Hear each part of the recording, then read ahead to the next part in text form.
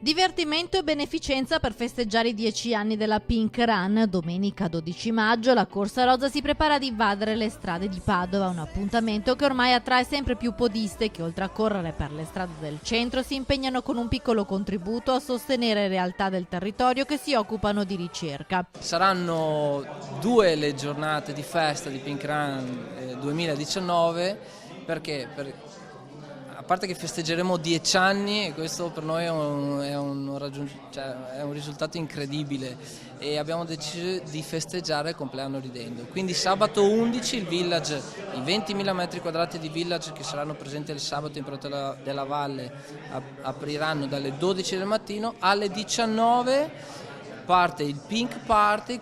Le onlus a cui quest'anno saranno devoluti i soldi delle iscrizioni sono l'Associazione Veneta per la lotta alla talassemia e la LILT, la Lega Italiana per la lotta ai tumori. Lavoro di gruppo di tantissimi medici che per forza e per amore si dedicano a questi pazienti e si dedicano a affrontare giorno per giorno la complessità di una malattia cronica, di una malattia difficile, ma che offre una speranza nuova anche per i nuovi pazienti che nascono continuamente. Esiste tutto un altro gruppo di donne che hanno comunque una familiarità senza avere una mutazione genetica, ma perché grazie o a causa della familiarità e a causa anche di fattori ambientali che si interfacciano possono essere un pochino più a rischio rispetto alla popolazione generale.